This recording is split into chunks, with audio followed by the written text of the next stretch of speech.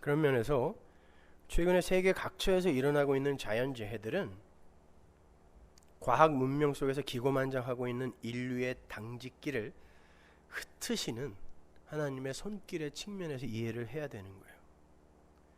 인간을 비롯한 자연, 모든 천지 만물은 다 하나님과 하나님의 뜻을 드러내기 위해 존재하는 소품일 뿐입니다. 기분 나쁘시겠지만 하나님의 창세전 언약, 존재는 내 아들의 피로서만 발생될 수 있다라는 창세전 언약을 드러내기 위해 하나님과 하나님의 언약을 펼치는 게 역사란 말이에요. 그리고 거기에 소품으로 쓰이는 게 천지 만물이란 말입니다. 절대 이 세상은 하나님이 여러분에게 살기 좋은 환경으로 주신 게 아니에요.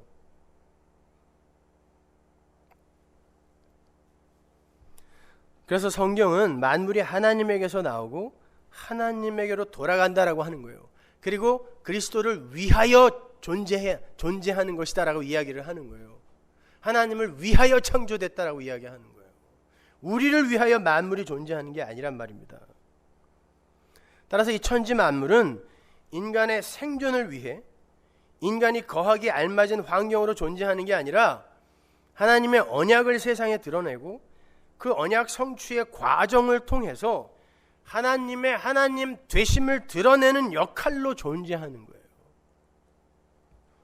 그럼에도 인간들은 그러한 자연과 우주 속에서도 자신들의 생존에만 관심을 가져요.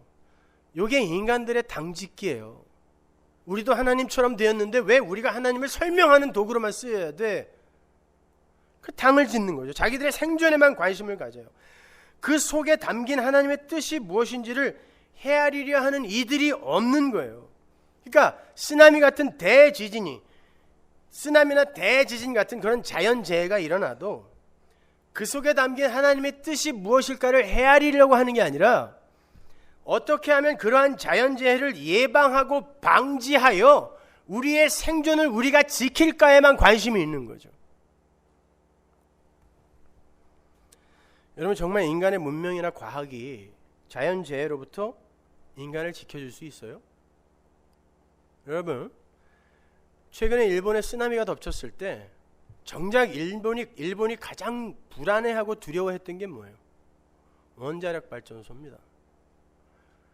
인간들의 기대대로면 원자력 발전소가 쓰나미를 막아줄 수 있어야 되는데 쓰나미가 일어나니까 인간들의 그 최고의 과학이 인간을 향하여 포문을 열더라는 것입니다. 무슨 과학이 자연으로부터 인간을 지켜줘요? 천만의 말씀입니다. 이런 자연재해는 빙산의 일각이에요.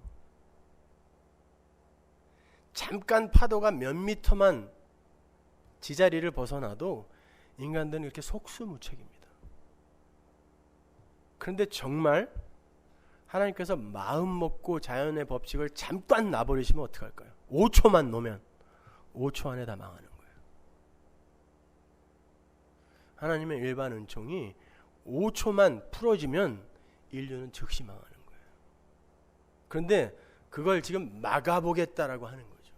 하나님은 끊임없이 나팔을 불고 계신데 인간들은 손에 손을 모아서 야, 구호 헌금도 보내고 하나가 돼야지, 하나가 돼야지, 종교 간에도 하나가 돼야지 당짓는 거예요. 하나님께로 돌아가 부르짖어야 되는데 하나가 돼서 이기자라고 하는 거예요. 그게 당짓는 거예요.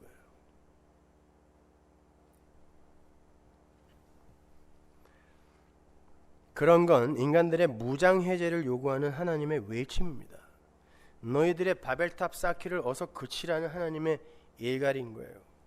다른 사람은 몰라도 교회는 그 소리를 들을 수 있어야 돼요. 그럼에도 교회 안에서까지 인간들의 당짓기는 멈출 줄을 몰라요.